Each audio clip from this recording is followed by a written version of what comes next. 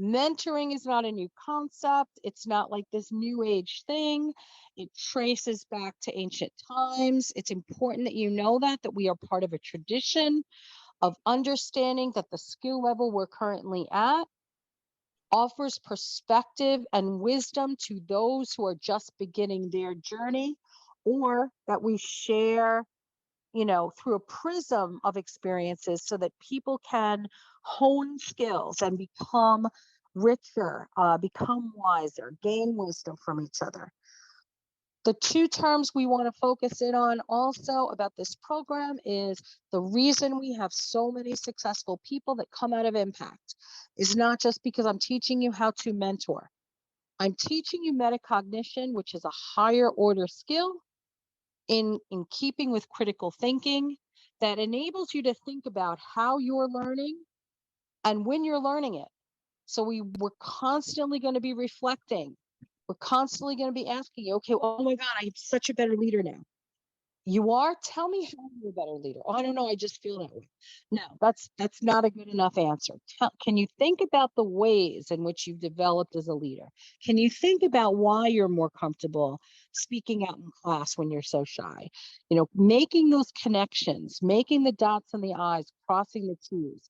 You being able to talk about these sort of milestone markers of change and development in yourself make you a better gamble for opportunities about what the college has to offer, and also more marketable in your own fields. So we're talking about commitment. We need you to be committed to this partnership, to this experience. We're expecting you in your first meeting with your mentees to explain to them this is a commitment. You're making a commitment to have this ongoing semester-long relationship.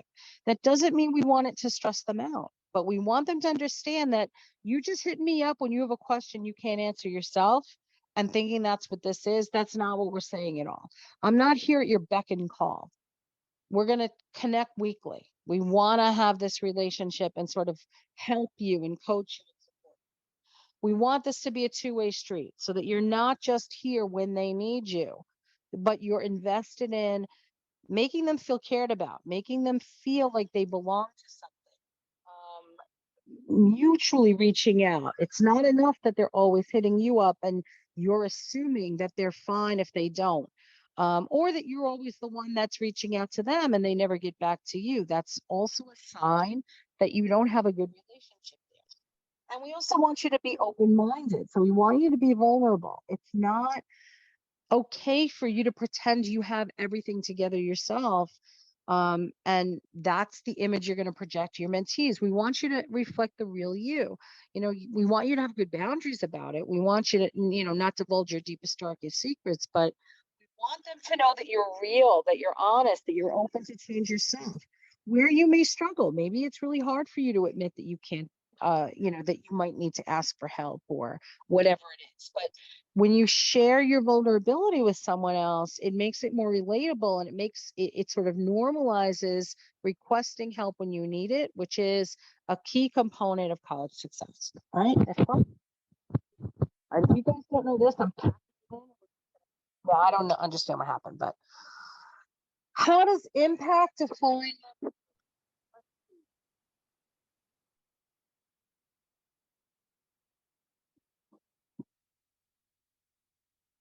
Every one of you is like, wait, no, I don't know. I don't care. Let me get on with this. You can hit the next slide. Stop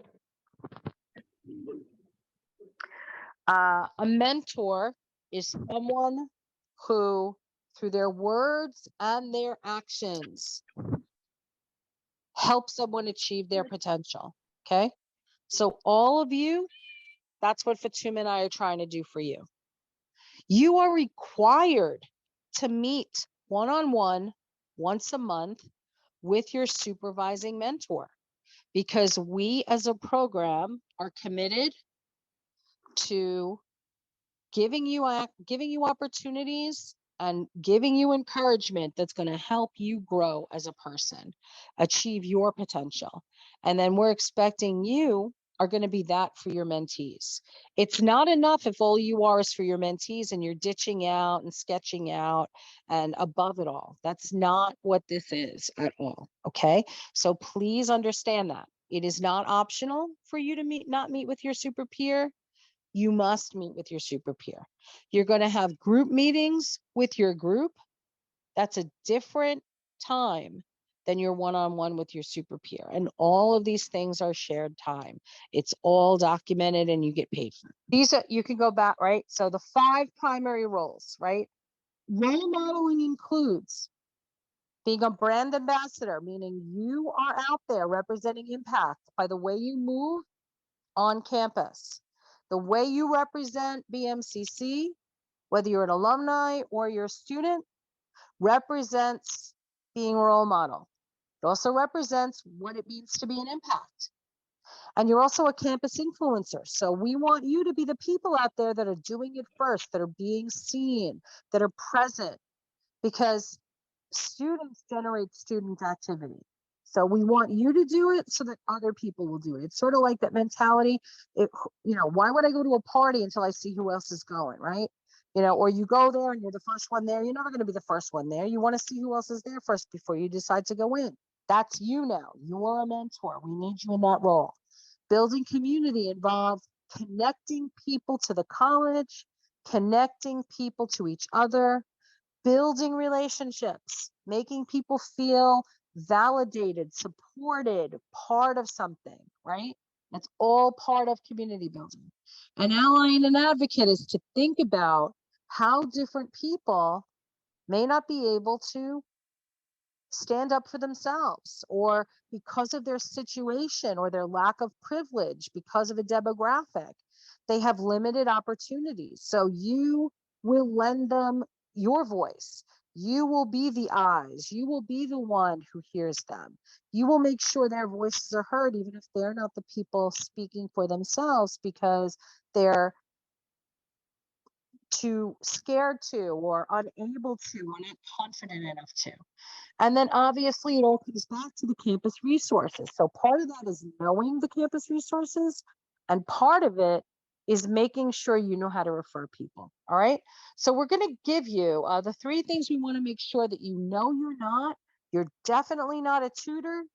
You're definitely not a counselor or an advisor. And we don't want you to be a friend. Okay. We want you to be a caring support person, but not a friend. Okay. All right. We also want you to be aware of the fact that we are privacy protected. You may not ask about each other's performance. You are not to ask about mentees' performance. You deal with your own mentees only, and we respect the privacy of all students because we are legally bound to do that. Okay. All right. Chandi or Alice, have we given them the pretest yet? Should we do that now before we move on for campus resources? The sheet that you gave me on Friday? Yes. The sheet we shared. I think they did it. Sorry, say it again. Oh, yeah. So if we can give that out now, I'm They going did to pause it this here. morning. They did it this morning. Perfect. Okay. Yeah. Right. So what we did is to give you a baseline to see what you might know, right? But we're going to start talking about that a little bit now before lunch. So this would be a really great opportunity for you to hone in on Fatuma and my expectations for the kinds of things you need to know, and to check yourself. If you know you don't know it, you need to find it out. You always got to be about learning what you need to know in this job. Next slide. So the roles that you must need, I just went over. So how does that relate to the things you need to know? Next slide.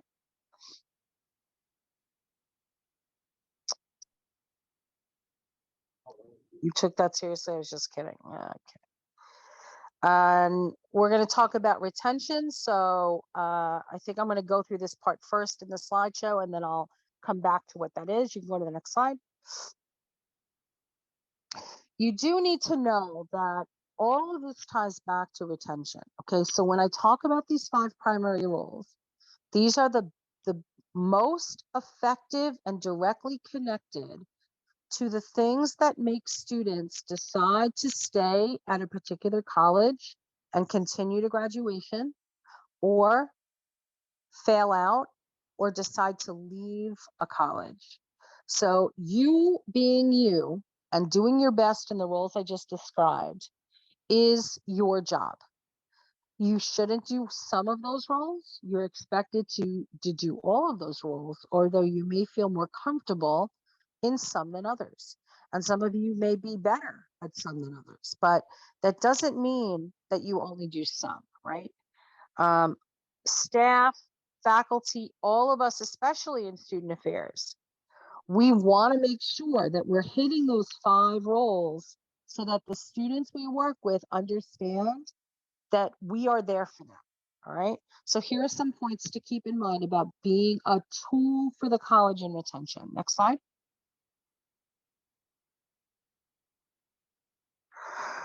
We want you to become people of impact because we want you to understand that having you be more intentional people fosters something called neuroplastic, right? And what that means is you're changing the way you go about learning things because that's the way the brain functions. You figuring out a new way of doing something is part of what builds somebody's ability to be more successful. It builds self-efficacy. So you're not only teaching people new ways to cope and new ways to approach problems and solve them, but you're reinforcing the idea that they can solve their problems themselves. Many people move in this world and feel overwhelmed and frustrated and stuck because nothing ever changes, and this is just, I'm just going to fail, I'm just bad at math. They don't have that growth mindset. They don't have a sense of locus of control, that what I contribute determines my outcome. Hard work yields success. So we want you to build these key traits to help students become more of initiators. They are the masters of their destiny. And the more we can create self-awareness of people to understand maybe what they're good at right now and why, and what they're still developing and they need to sort of challenge in themselves to press out of those comfort zones, but you support them in building those skills the same way that we do when a toddler is learning to walk, right? A toddler doesn't start to scream and crying when they fall all the time. It's only when people like, oh my God, let me rush in and take care of you. Are you okay? Then they sort of get the message like, oh, me falling was a big deal, right? Most of the time, they'll just pick themselves up and do it again. So we want to reinforce these positive behaviors and positive ways of thinking so that our mentees become more resilient individuals at school. So we're going to watch this very short video to get you sort of into the mindset of what we're working for. So if you can play this video, Chandi, I'd appreciate it. No sound.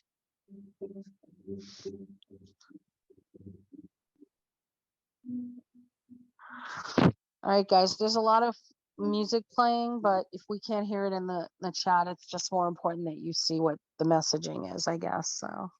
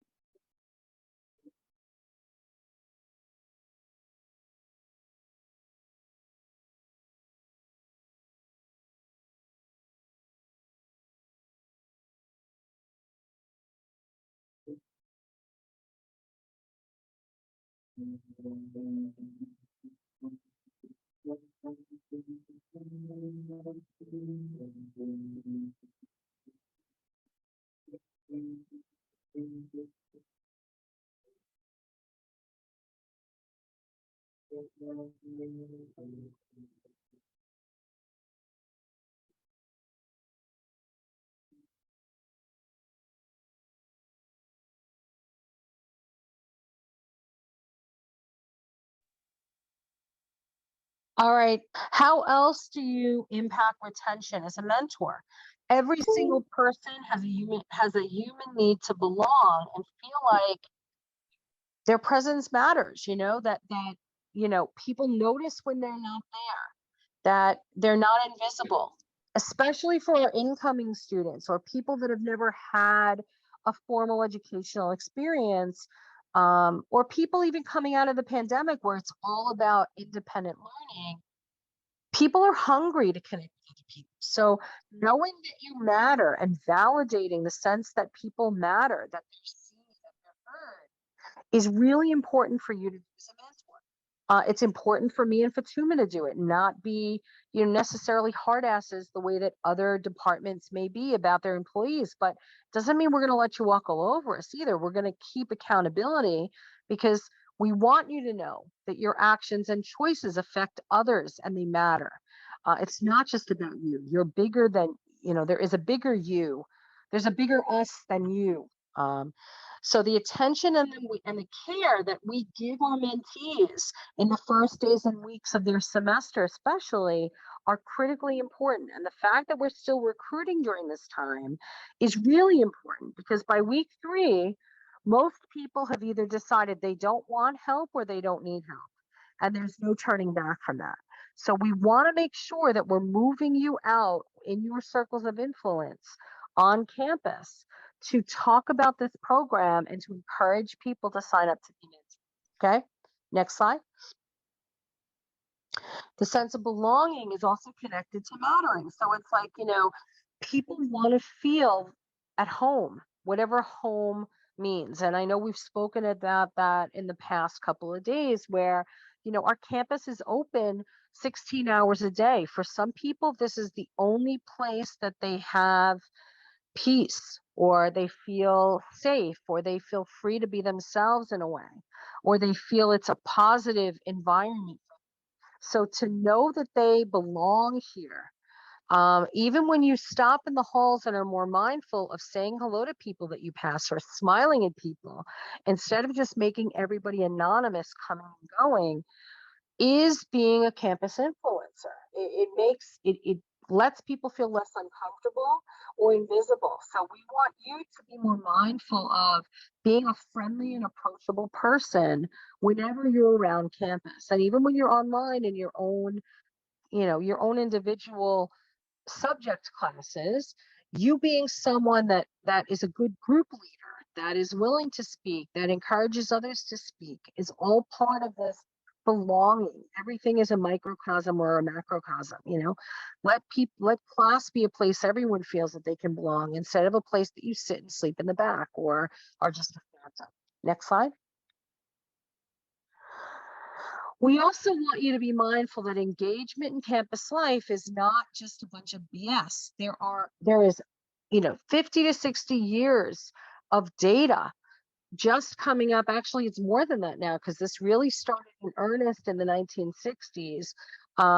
that the more people are involved in the life of their campus, both academically and outside of the classroom, the better those students do in college. So it's important that we want to improve people's opportunities and their access to those opportunities. We want them to be engaged, but not pressured to be engaged. Their level of satisfaction with their institution is in direct proportion to how they do at that institution or the opportunities opened at that institution.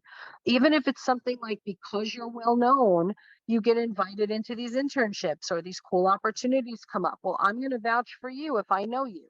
I'm not going to write you a letter of reference if I don't know you or if I'm underwhelmed by you or if I think you're shady in some way. So the more you can make yourself known to people, the more the path is cleared for you to achieve more. We want to make sure that you are educated about being engaged in campus, that it isn't just about clubs necessarily. There's a lot of different opportunities. It's not a particular time.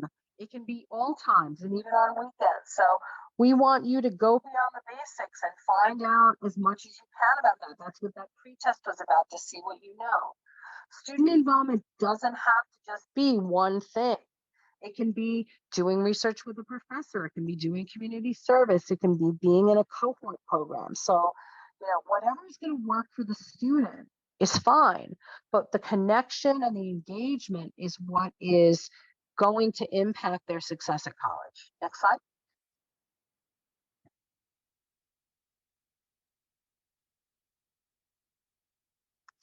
Next slide. Thank you. All right. Other relevant issues that affect academic success. Having academic success and support when they're not successful obviously makes a difference. If someone is a struggling student or unprepared to do college level work, or maybe there's a language barrier, but they opted not to go to language immersion.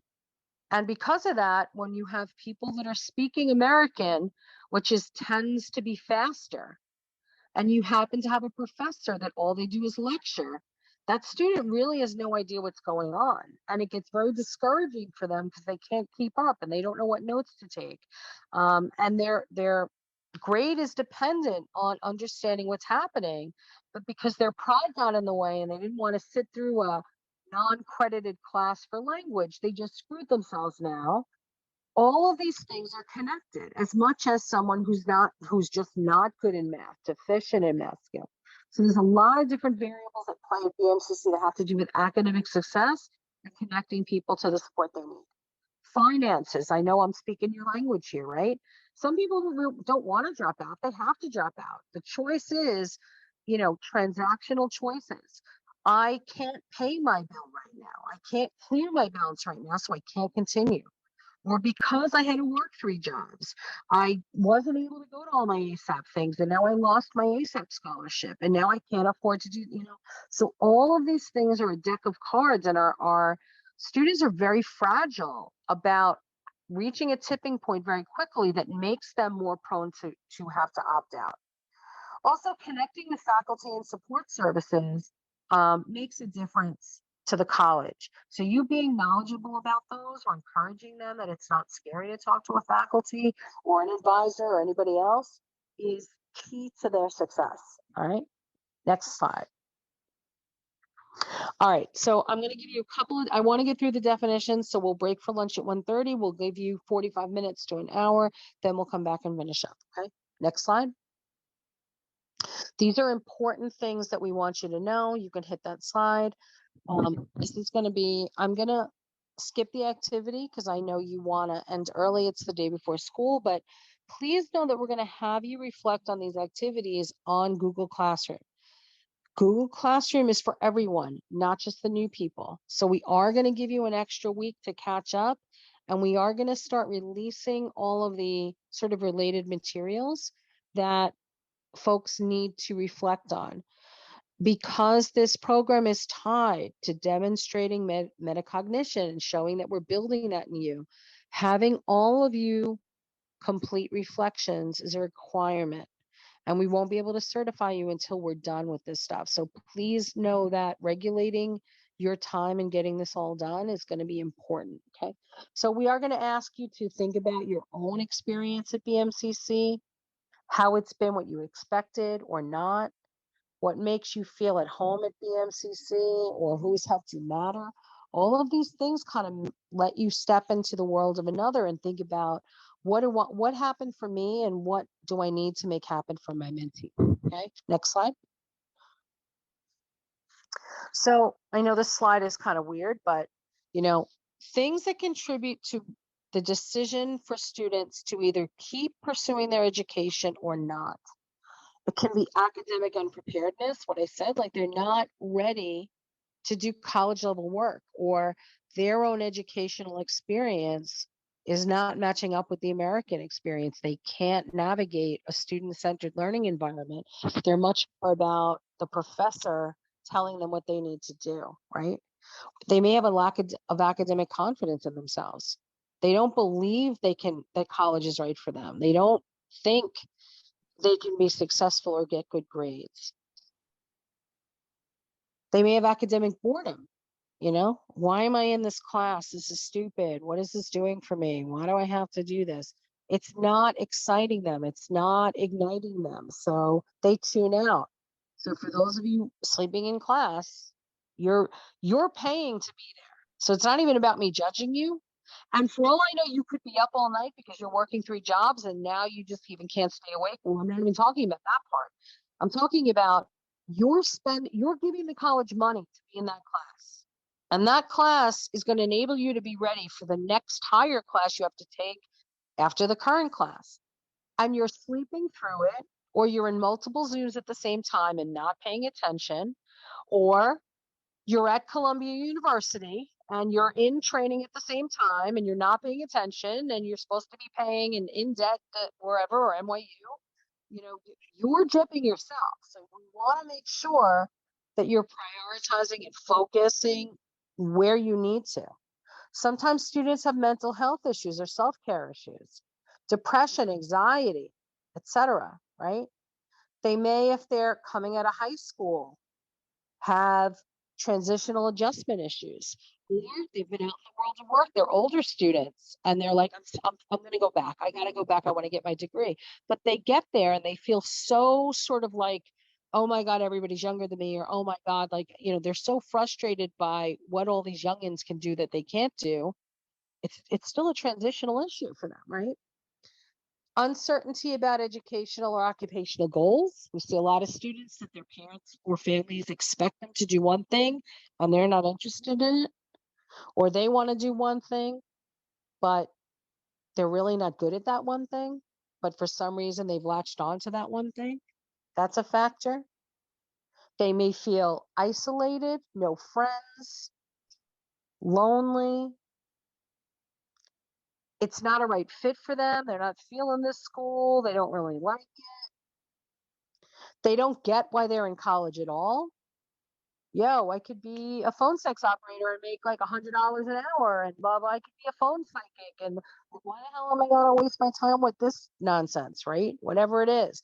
Some people are just about what's going to make them the most money, and so be it. Some people don't prioritize education. They also may have really, really overwhelming family pressure, and whether that's to pursue an education, but it's unrealistic, or there's other family pressures to take care of family members, to work for a family business, to earn money and income for the family, whatever it is. Sometimes students have self-defeating behaviors that sabotage their ability to come back, or they may have drug and alcohol use. They're not committed to it, or they literally don't have the disposable income to keep paying for college, right? So it is important that you understand that the supports we put in at BMCC and the supports we're trying to train you are all relate to these attrition issues, okay? Next slide. We're going to skip, I think, the breakout. Yeah. So some of these things that you need up. No, I'm sorry. I just want to go over this. If there's anything, the two that I think you probably need to understand, the term stopping out on this slide refers to people who take a semester off for one reason or another, but they're intending to come back. So sometimes it's like, oh, I can't clear my balance. I got to take the full off, but I'm going to work. Like, I'm going to work a full time and a part time. I'm going to save up my money, clear my bill, and I'm going to come back in the spring, right? So sometimes when we're measuring statistics about an program's impact on students, we'll measure not just fall to spring. We're going to go back and we're going to look at last spring compared to this spring. How many of those same students are here last spring and this spring? And of those that didn't come back, how many of them graduated? Or how many of them transferred to another school? So it's constantly a percentage game and numbers game. They're also looking to see how many students withdraw from classes, because most of the time you're losing money in that transaction. How many students, when they take a class, they complete that class and get the minimum grade they need to move on. So all of these things are indicators on this slide. So just keep that in mind, okay? Next slide. Okay, some terms for you to know. I'm not going to go through them all now, but these are the key vernacular that we're working with. You spoke already about growth mindset versus fixed mindset. We covered locus of control. These are things that can directly relate to a person's ability to believe in themselves and the degree to which they think they are the masters of their own destiny. We spoke a little, I know Gifty mentioned it, we'll come back to it. Imposter syndrome is that little voice that sabotages us, that tears us down. How we think we're not good enough, and the way to which we feel fraudulent and pretending that we're worthy of the good things that happen to us, right? And I mentioned neuroplasty, and I'll put up a video about that so that you know. These are all the tools with which we're trying to sort of build the ladder, the scaffolding around people to do better in college. Next slide. Okay. Neuroplasty really fosters someone's ability to get the evidence that they need to show them that they can do something. So when someone is able to create a new connection, make a new connection, reorganize something where there was past failure or past frustration, and they're able to figure it out and do it themselves, your brain releases hormones that show you and flood you with a feeling that you actually can accomplish things. So it's important that we all work towards that. And then our need to help other people doesn't become about us doing things for them, but really is about helping them help themselves. So I want you to just, I can't say it enough because some of you overdo. And sometimes you have to let people struggle. Sometimes you have to understand that they are committed to their own failure still. And there's nothing that you can do until they're ready to do for themselves, but you can help them make the connections between the choices they're making and the outcome that's on their path. And that's why Fatuma and I constantly bring up accountability, professionalism, the behaviors that we're looking for in our mentors.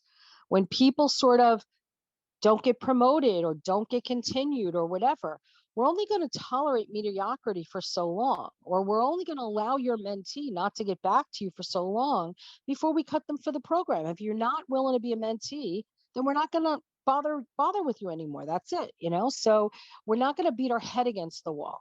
It's always up to you, the outcomes and consequences that you receive. But once you commit to doing something or not doing it, or choosing something or passing on it, you own what happens after that. Okay, next slide. So we want to get into this, and I'm going to give you a breakout to talk about this. It's really important that you collaborate with each other. We talked about that passport, and we're going to make that available for the people who couldn't be in person, but we really want you to know who's who in our program, so that if you hear somebody ask about something and you're less familiar with it, you can connect them to someone you know who is more familiar with it. Or you remember that speaker who is from that office and they're the expert and you're not, okay? Or maybe you don't remember the person's name, but you just remember the office. You're not sure what an IT, what TPS is, but you remember, Albert had something to do with that.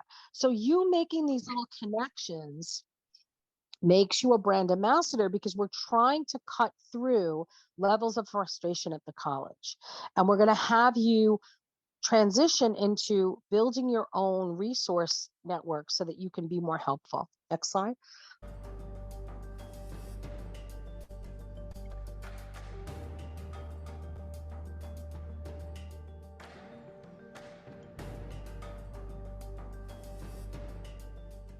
I want to start by asking everyone in the audience here a question. How many of you are completely comfortable with calling yourselves a leader? See, I've asked that question all the way across the country, and everywhere I ask it, no matter where, there's always a huge portion of the audience that won't put up their hand. And I've come to realize that we have made leadership into something bigger than us. We made it into something beyond us. We made it about changing the world. And we've taken this title of leader and we treat it as if it's something that one day we're going to deserve. But to give it to ourselves right now means a level of arrogance or cockiness that we're not comfortable with. And I worry sometimes that we spend so much time celebrating amazing things that hardly anybody can do that we've convinced ourselves that those are the only things we're celebrating. And we start to devalue the things that we can do every day. And we start to take moments where we truly are a leader and we don't let ourselves take credit for it and we don't let ourselves feel good about it. And I've been lucky enough over the last 10 years to work with some amazing people who have helped me redefine leadership in a way that I think has made me happier. And with my short time today, I just want to share with you the one story that is probably most responsible for that redefinition. I went to a school on a little school called Mount Allison University in Sackville, New Brunswick.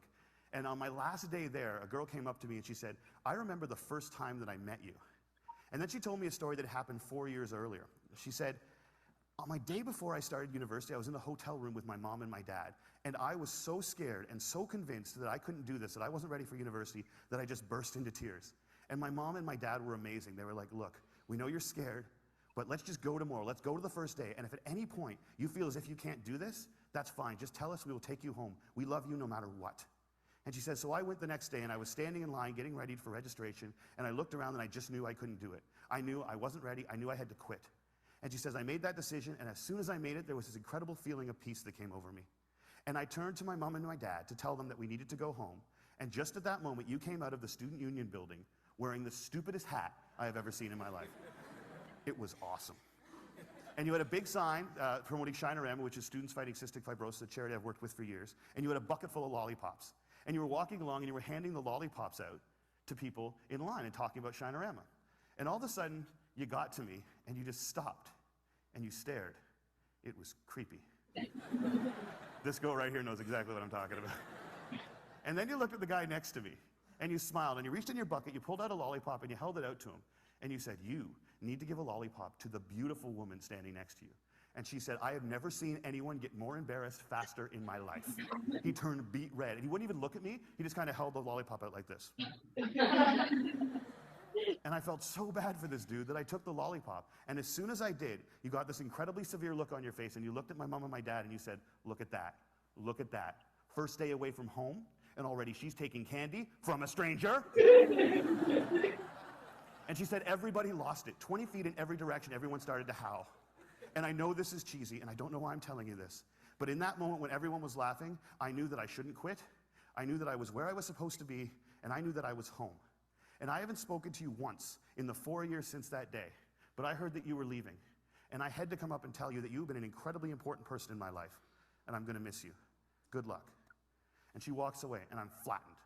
And she gets about 6 feet away, she turns around and smiles and goes, "You should probably know this too. I'm still dating that guy 4 years later." A year and a half after I moved to Toronto, I got an invitation to their wedding. Here's the kicker. I don't remember that. I have no recollection of that moment. And I've searched my memory banks because that is funny and I should remember doing it. And I don't remember it. And that was such an eye-opening, transformative moment for me to think that maybe the biggest impact I'd ever had on anyone's life, a moment that had a woman walk up to a stranger 4 years later and say, "You've been an incredibly important person in my life," was a moment that I didn't even remember. How many of you guys have a lollipop moment, a moment where someone said something or did something that you feel fundamentally made your life better?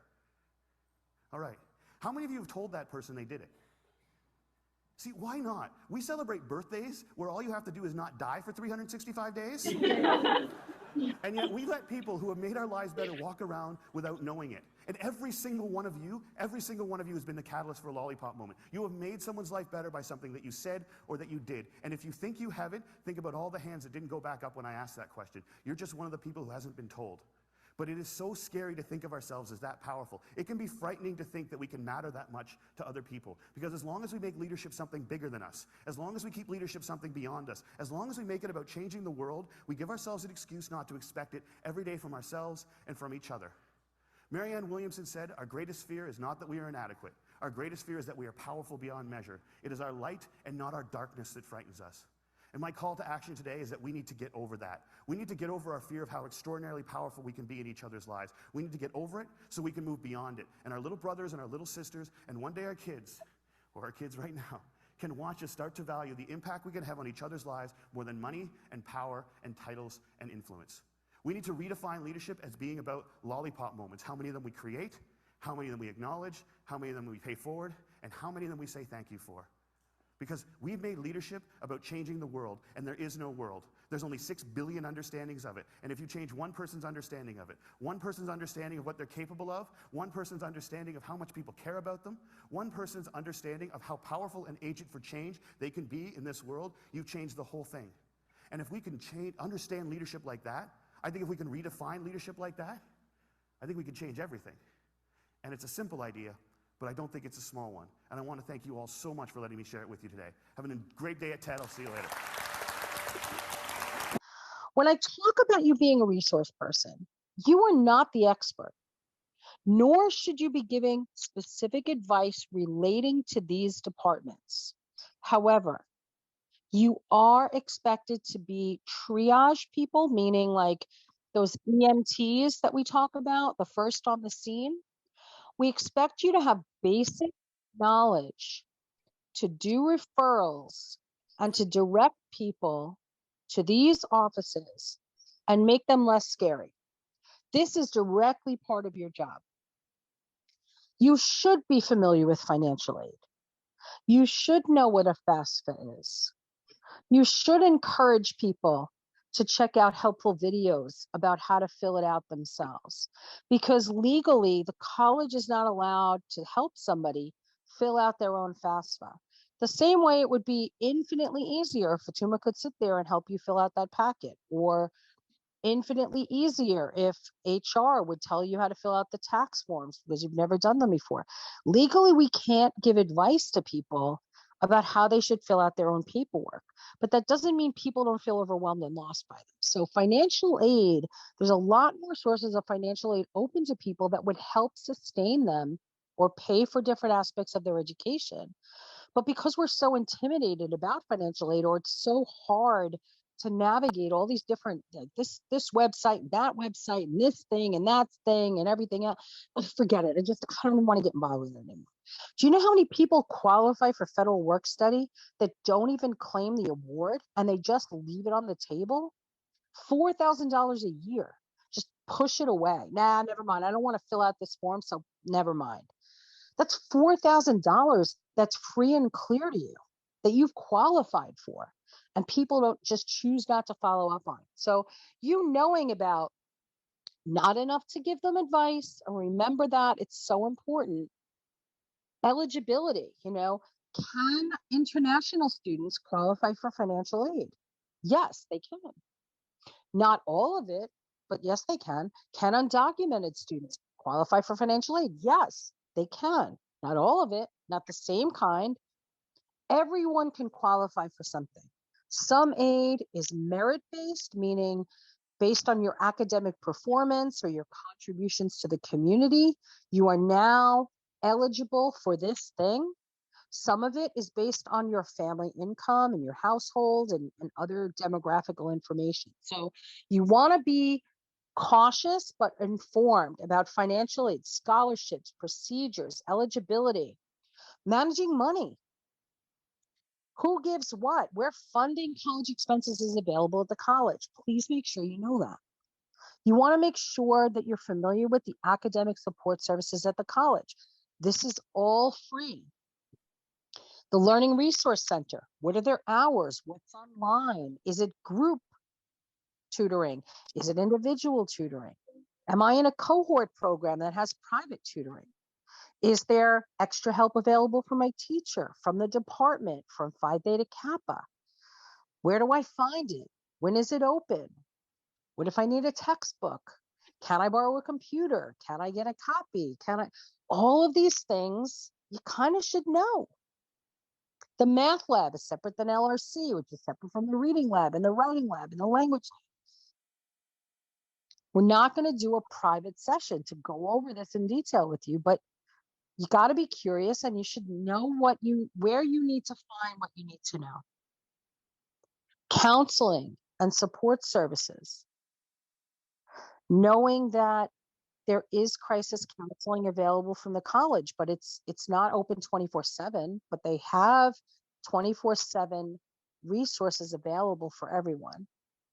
That they have some chronic care, that they have some group therapy support things going on, that there are workshops, that there are smaller groups for targeted demographics that also have therapy, or not just therapy, but support services. So Veterans Affairs Office has extra support and mental health for specific issues that veterans may face.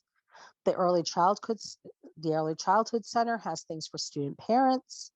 ARC has some things.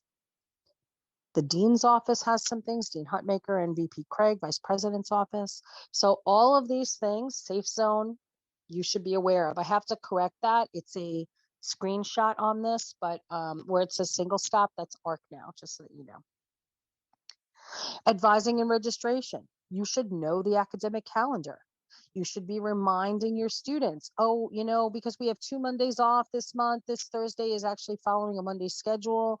And what that means is if you have Thursday classes, they don't meet, you're meeting on your Monday classes.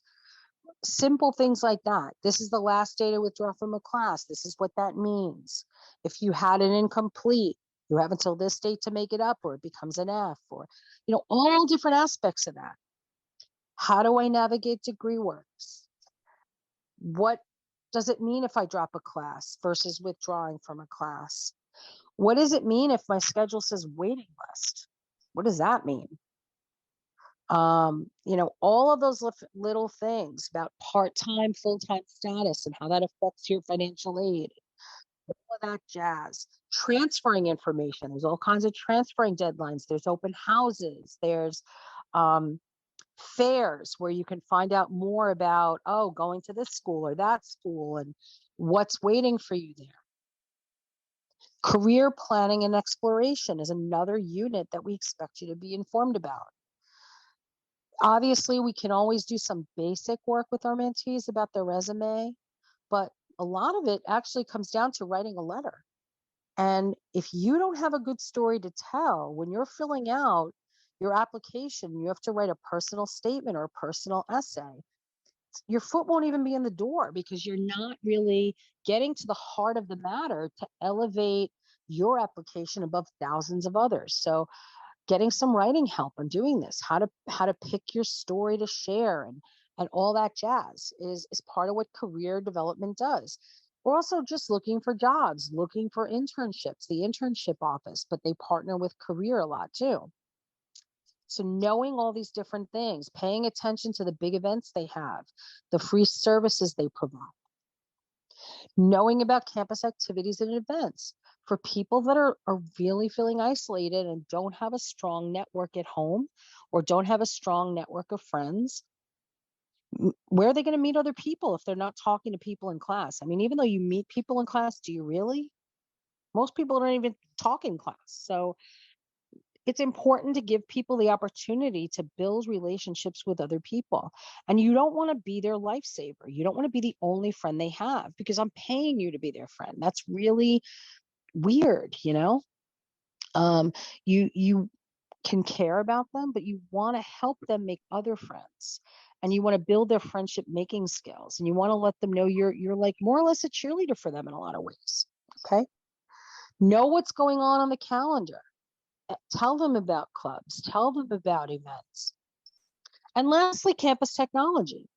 People have limited technology skills. Some people have advanced technology skills, but they're not familiar with what they need to know for the campus. So they may, somebody may know about an app that's, oh, that's an app now. I thought it was this. So, well, there's a campus alert system. You can get a text. Really? Oh, I didn't know that. Oh, my email's not working. How do I do that? Like, all of these things become barriers to a smooth college experience. And the more you know, the smoother your experience is going to be. And the smoother your experience, the more self-efficacy you're going to build. Yeah, I can do this. Yeah, this wasn't as hard as I thought. Yeah, this actually isn't that bad. Okay. So that's the goal. Would anybody like to share briefly about anything on this particular slide? Is there anything you want to end that we left off? Okay. Next slide then, Alice.